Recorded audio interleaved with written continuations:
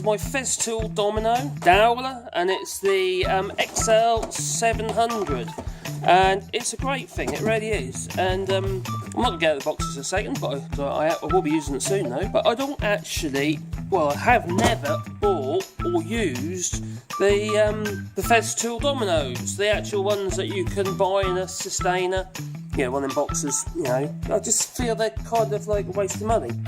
I'm sure people will disagree with me, but I just make my own. And there's a few here that I just batched earlier, and all they are is bits of oak, which I've just run through the planer and the saw.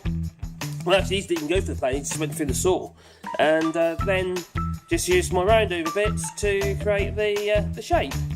And I like these because I tend to make them to a tight fit and nice snug fit, instead of the idea of it swelling in the joint, like the official dominoes, or a bit like the old biscuits, you know, the biscuits and biscuit joint, which are like pressed beach.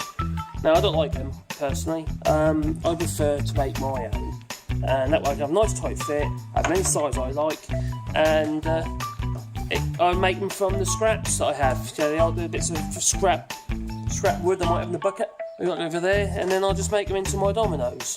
And I can select the right timber for the right wood. So if I'm using oak, I'll use oak dominoes. If I'm using pine, I'll still use oak dominoes because they're stronger.